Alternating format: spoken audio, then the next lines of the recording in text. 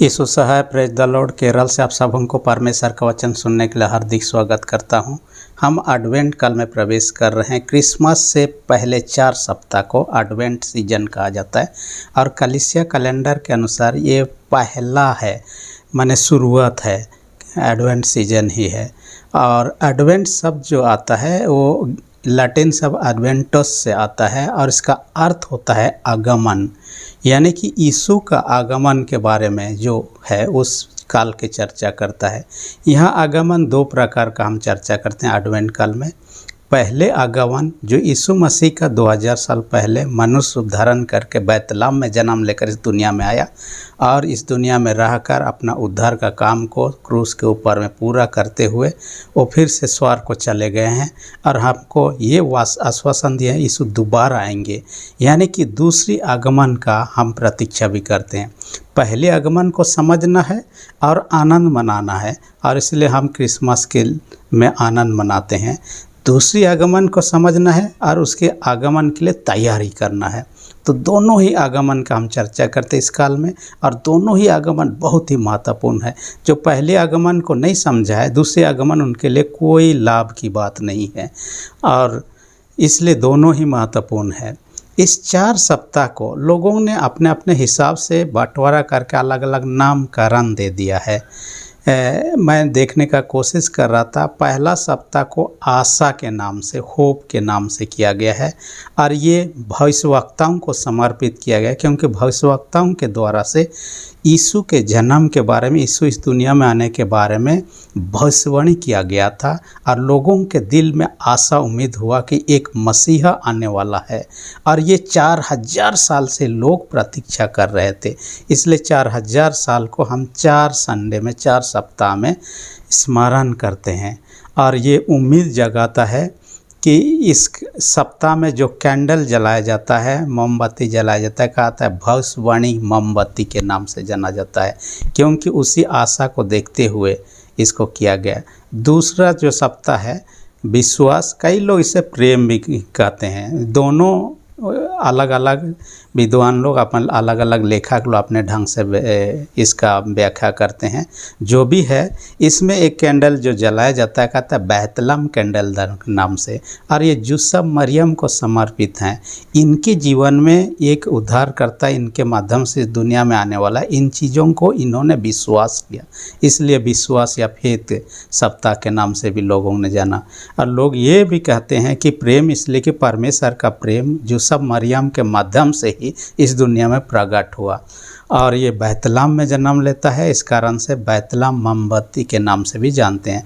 तीसरा संडे को कहा जाता है कि आनंद या जॉय के नाम से और ये किसके द्वारा से, चरवाहों को समर्पित किया गया क्योंकि आनंद का समाचार जो यीशु का जन्म का समाचार जन्मने के बाद में सबसे पहले चरवाहों को दिया गया। हम लूका 2 अध्याय में देखते हैं चरवाह लोग रात को जो चरा रहे तो उसी समय उनको संदेश मिलता है। लूका 2 अध्याय 10 पद में देखते हैं आनंद, बड़े आनंद का समाचार उनको दिया जाता है। इस कारण से इस मोमबत्ती को जो जलाया जाता है चरवाहे की मोमबत्ती के नाम से जाना जाता है। चौथा जो सप्ताह होता है शांति के नाम से दिया गया है और ये स्वर्गदूतों को समर्पित किया गया है क्योंकि शांति का संदेश स्वर्गदूतों के द्वारा आता है। लूका 2 अध्याय 14 पद में देखिएगा, मनुष्यों में प्रसन्न जिनसु अप्रसन्न है, आकाश में ओसाना, मनुष्यों में शांति की बात यहाँ कहा गया 2:14 में। जिनसु अप्रसन्न है उनको शांति हो, ऐसा वचन में कुछ कहता है। तो ये शांति का संदेश स्वर्गदूतों के द्वारा कहा, इसलिए स्वर्गदूत मोमबत्ती के नाम से भी जानते हैं। जो भी हो, ये सब हम याद करें ना करें वो अलग बात है। 4 सप्ताह है कि इसलिए कि 4000 साल से लोगों ने उम्मीद किया। जब यीशु मसीह जन्म लेकर आया, जिन्होंने पहचाना उसे ग्रहण किया, जिन्होंने नहीं पहचाना उन्होंने ग्रहण नहीं किया। और आज भी आज का वचन जो मत्ती 21 अध्याय 1 से 15 पद में यीशु मसीह को यरूशलेम में आखिरी बार गधे पर बैठकर प्रवेश करते हम देखने पाते हैं। और प्रवेश करने से पहले अपने 2 चेलों को सामने के गांव भेजता है, वहां जाइए, एक गधी मिलेगी, उसका बच्चा भी बंधा हुआ मिलेगा, उनको लेकर आइए। यदि मालिक पूछेगा तो कह दीजिए प्रभु को इसको प्रयोजन है, ज़रूरत है, और उन्होंने वैसा ही किया और उन्होंने दे दिया। प्रभु के काम के लिए उन्होंने दे दिया। आज आपके मेरे जीवन से भी कई सारी चीज़ों को प्रभु के काम के लिए, प्रभु का प्रयोजन के लिए प्रभु इस्तेमाल करना चाहता है। क्या उस मालिक के समान आप और हम तैयार हैं? किन बातों में हम प्रभु का इस्तेमाल करने के लिए दे सकते हैं, किन चीज़ों को, वो आपको मुझे सोचना है। फिर आज का वचन जो है 2 अवसर पर किया जाता है। ये पलमारुम पर्व में या खजूर पर्व के समय में भी, और ये एडवेंट काल में भी। इसलिए हम लोग पहले ही इस वचन का एक उपदेश आप लोग पाएंगे। मेरा चैनल में भी मत्ती 21 अध्याय 1 से 9 का उपदेश आपको मिल जाएगा। उस उपदेश को भी आप देख सकते हैं। इसलिए पलमरुम पर्व के अवसर पर भी एडवेंट काल, क्योंकि ये आगमन की बात चर्चा करता है। इसलिए आज का वचन का जो शीर्षक मैंने दिया, यरूशलेम में यीशु राजा का विजय प्रवेश। यरूशलेम में विजय प्रवेश कर सकते हैं, यरूशलेम में यीशु राजा का विजय प्रवेश कर, जो भी हो। यीशु मसीह प्रवेश कर रहे हैं गधे के ऊपर में। असल में राजा लोग जो हुआ करते थे, युद्ध के समय में घोड़ों पर बैठकर वे लोग यात्रा करते थे, लड़ाई उड़ाई।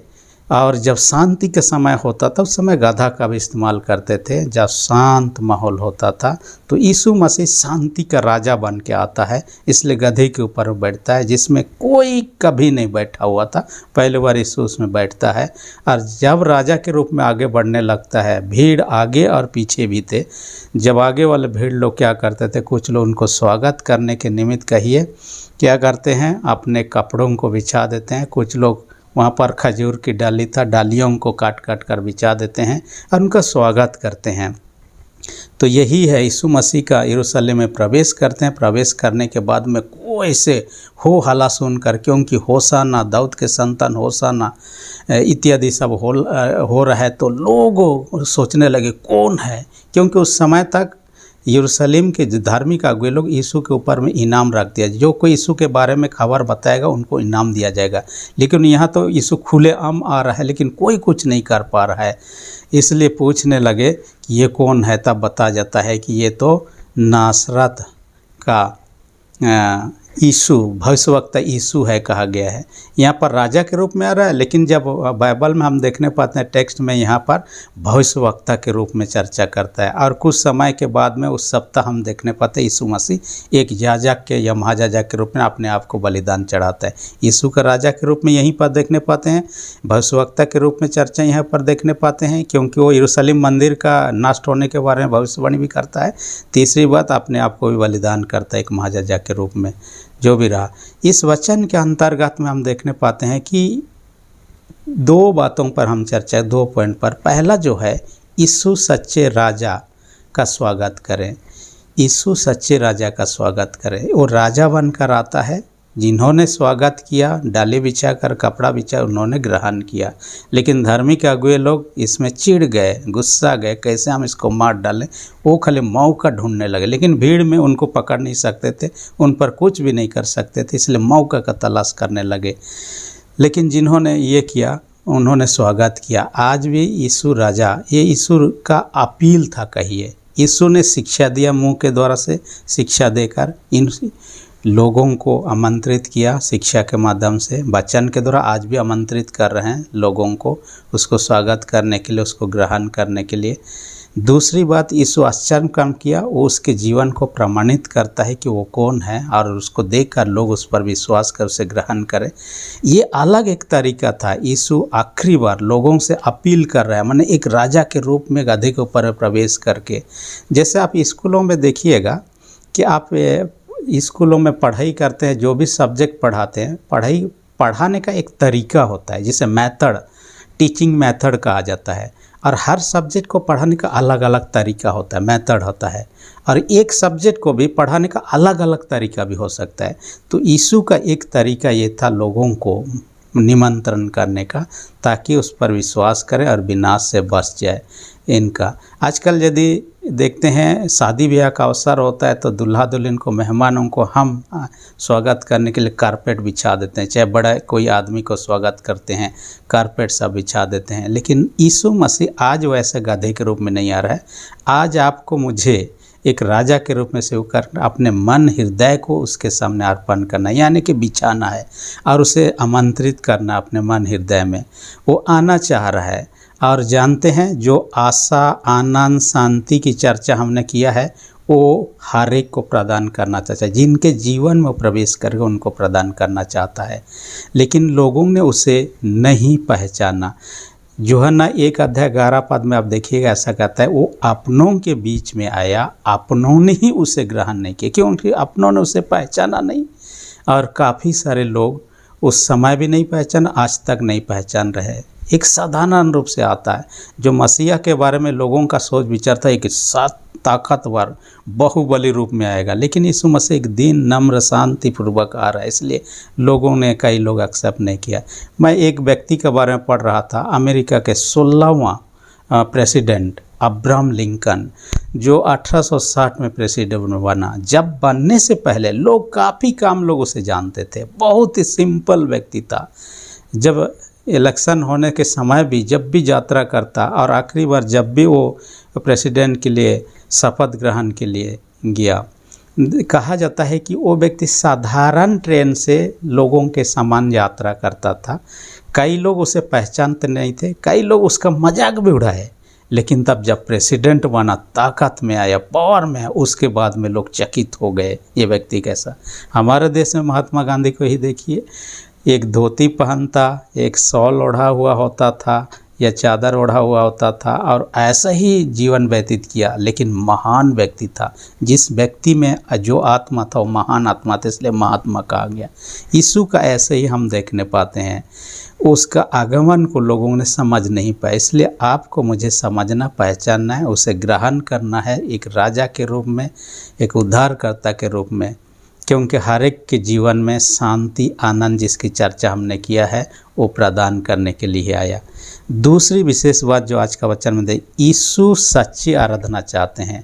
यीशु सच्ची आराधना इसलिए कि यरूशलेम में आने के बाद में देखा कि वहाँ तो लोगों का जो हाल था, यरूशलेम मंदिर का परिसर बहुत दुखित हो गया, और उन्होंने कहा, ये परमेश्वर का मंदिर है, तुमने डाकुओं का खो बना दिया। डाकू लोग क्या करते हैं, लूट करते हैं। तो यरूशलेम मंदिर में क्या लूट हो रहा था?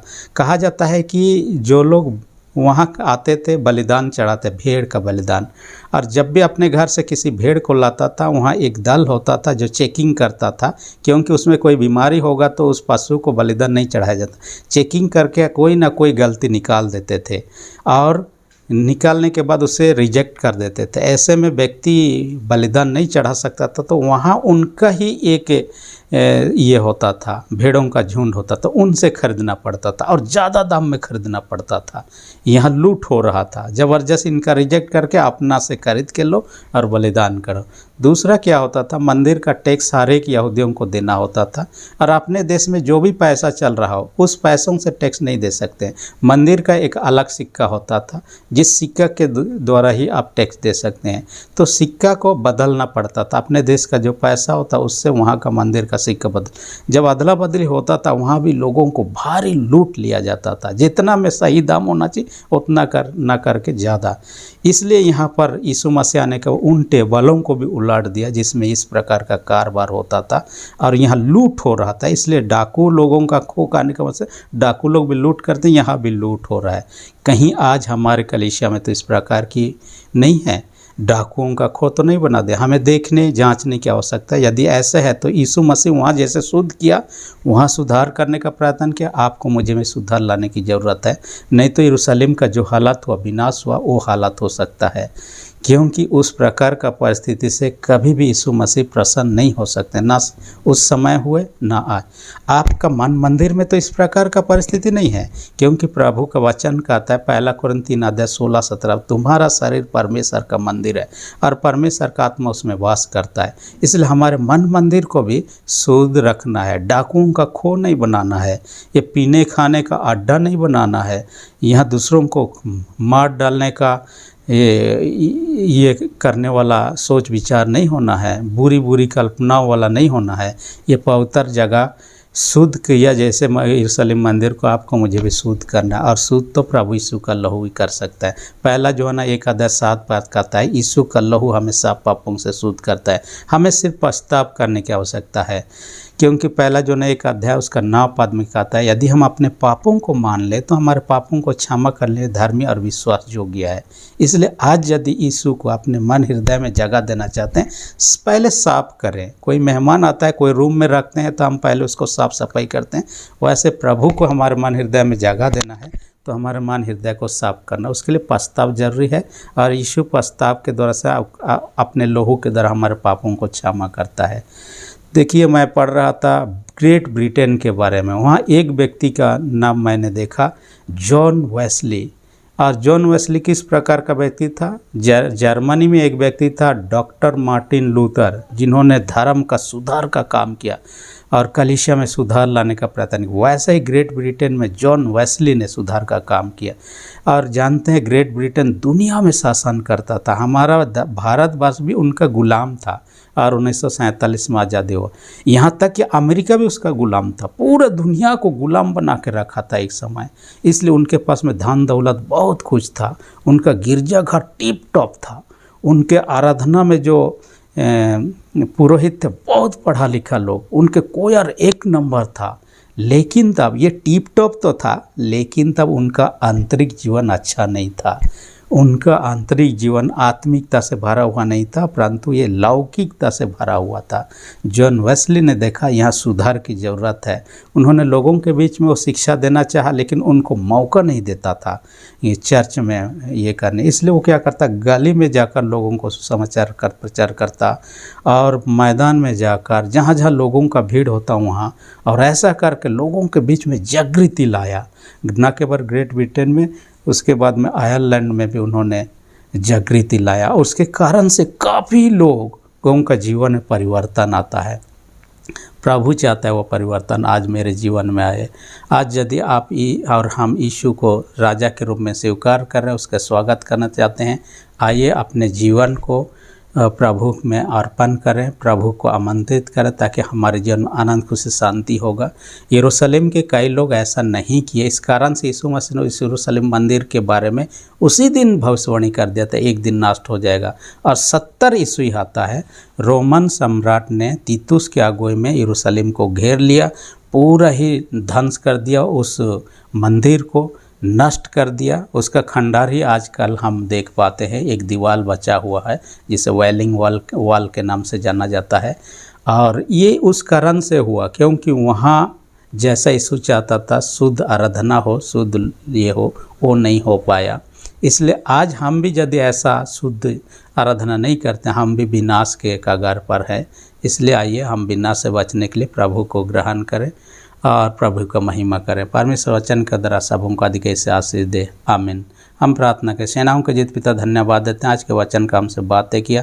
हर एक सुनने वाले छोटे बड़े सबों को स्वर्ग आशीष से भर दे। जो लोग बीमार उनको यीशु के नाम से चंगाई दे। जिनका विश्वास कम, जिनका विश्वास को दृढ़ और मजबूत कर। प्रार्थना यीशु के नाम से मांगते हैं, आमीन।